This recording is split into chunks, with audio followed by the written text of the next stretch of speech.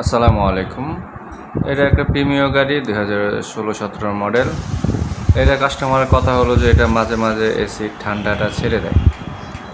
চলে, ঠান্ডা হয়, আবার দুপুর হলে বেশি সমস্যা করে। এটার এসি হঠাৎ করে ঠান্ডা ছেড়ে দেয়, আবার 5-10 মিনিট পরে অন করলে আবার ঠান্ডাটা চলে আসে। তো এটা হলো প্রবলেম হয় হলো মূলত এটার মধ্যে অরিজিনালিভাবে সেন্সর কম্প্রেসর আছে। এই সেন্সর কম্প্রেসরের কারণে এই সেন্সরটা মাঝে মাঝে ছেড়ে দেওয়ার কারণে ঠান্ডাটা প্রবলেম দেয়। এই জন্য আমরা এটার কম্প্রেসরটা চেঞ্জ করব এখন।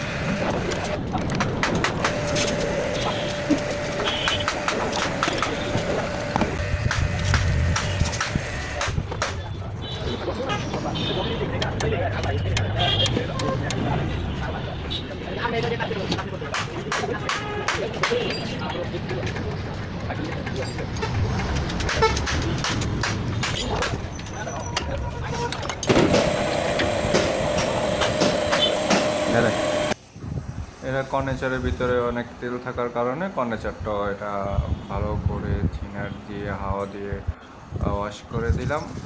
এখন আলহামদুলিল্লাহ একদম ক্লিয়ার হয়ে গেছে।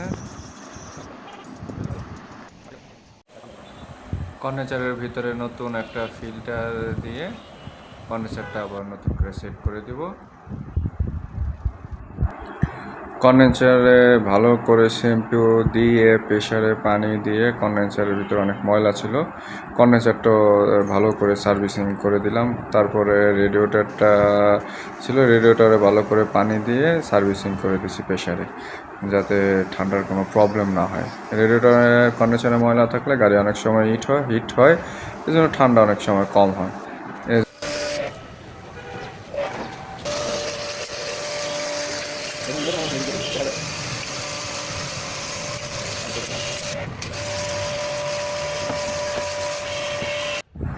আমরা গাড়িতে সাধারণত কম্প্রেসার চেঞ্জ করলে সেন্সর কম্প্রেসার চেঞ্জ করে আমরা ম্যাগনেট কম্প্রেসার লাগে, কিন্তু গাড়ির মালিকের কথা হলো উনি সব কিছু জেনুইন রাখবে, এই জন্য উনি সেন্সর কম্প্রেসারই গাড়িতে ফিটিং করলো।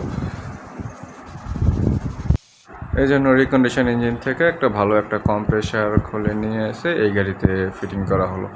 আর অবশ্যই আমরা এটা ফিটিং করার সময়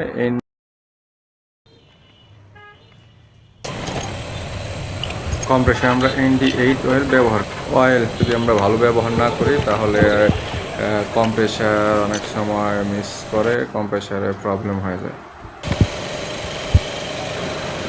সবগুলো জয়েন্টে নতুন সেল ব্যবহার করে তারপর আবার সব কিছু ফিটিং করব।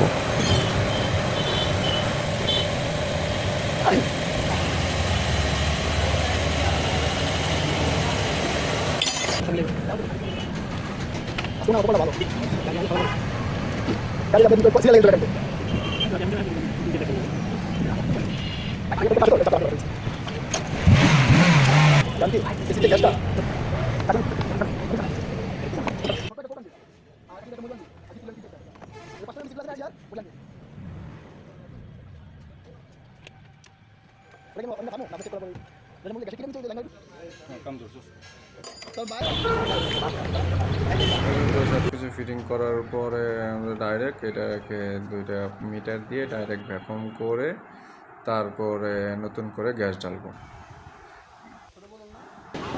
আলহামদুলিল্লাহ এখন সব কিছু ঠিক আছে, ঠান্ডাও ঠিক আছে। গাড়ি টেস্ট করার পরেও ভালো পারফরমেন্স পাইছি, ঠান্ডা খুবই ভালো হয়। আলহামদুলিল্লাহ, সবাই দোয়া করুন।